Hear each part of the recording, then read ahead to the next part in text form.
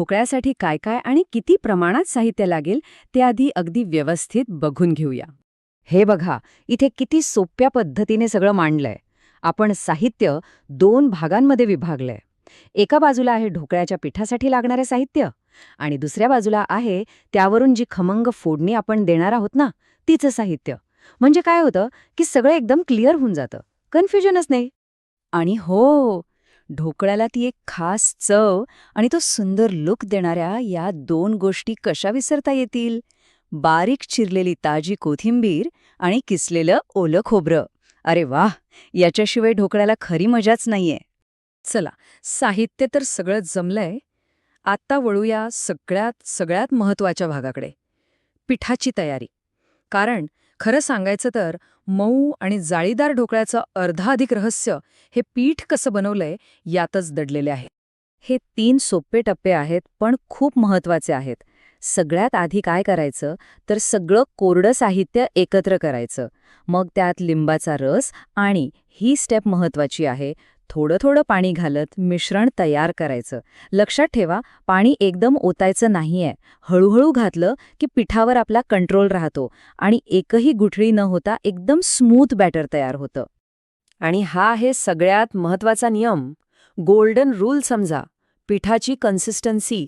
इथे म्हटल्याप्रमाणे पीठ न फार घट्ट न फार पातळ, मध्यमसर ठेवा. हीच ती परफेक्ट कन्सिस्टन्सी आहे जी ढोकळ्याला हलका फुलका आणि जाळीदार बनवते. इथे जर थोडं चुकलं ना तर सगळी मेहनत वाया जाऊ शकते. ओके, तर आपलं पीठ तयार आहे, पण ढोकळ्याला ती खास जाळी आणि तो हलकेपणा देणारी एक जादूची गोष्ट अजून बाकी आहे. चला बघूया ती काय आहे. आणि ती जादू आहे फ्रूट सॉल्ट, म्हणजे आपला नेहमीचा इनो. हे पिठात घातल्या घातल्या एक केमिकल रिॲक्शन होते आणि हजारो छोटे छोटे हवेचे बुडबुडे तयार होतात. आणि हेच बुडबुडे ढोकळ्याला आतून फुलवतात, त्याला एकदम स्पोंजी आणि जाळीदार बनवतात. हेच आहे ते बाजारातल्या ढोकळ्यामागचं खरं रहस्य.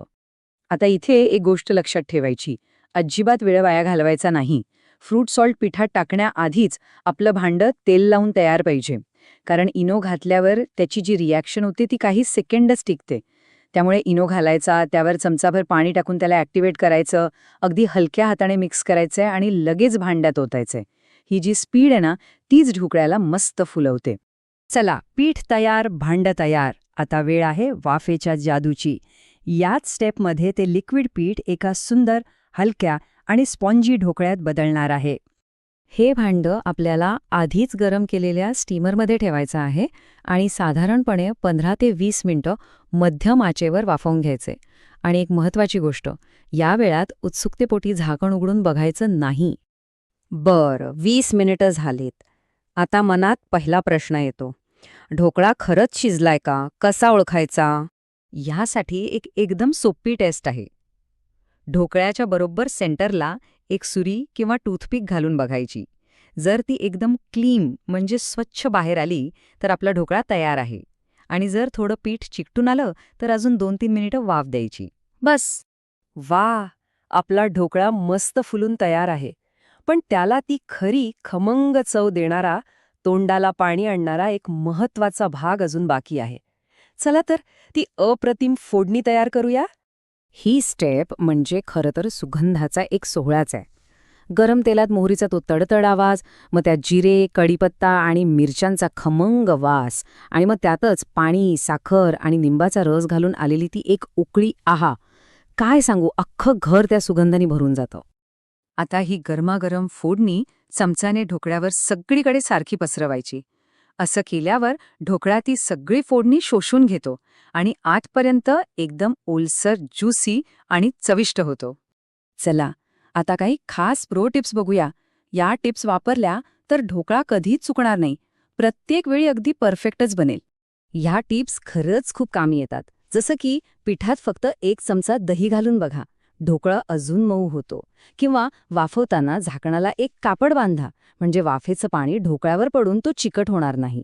आणि हो, हिरव्या चटणीसोबत खाऊन बघा, चव एकदम दुप्पट होते. आणि ही आली आपली शेवटची स्टेप. ढोकळा थोडासा थंड होऊ द्या, म्हणजे त्याचे तुकडे व्यवस्थित कापता येतात. मग छान चौकोनी तुकडे कापा आणि आपला खमंग ढोकळा खाण्यासाठी तयार.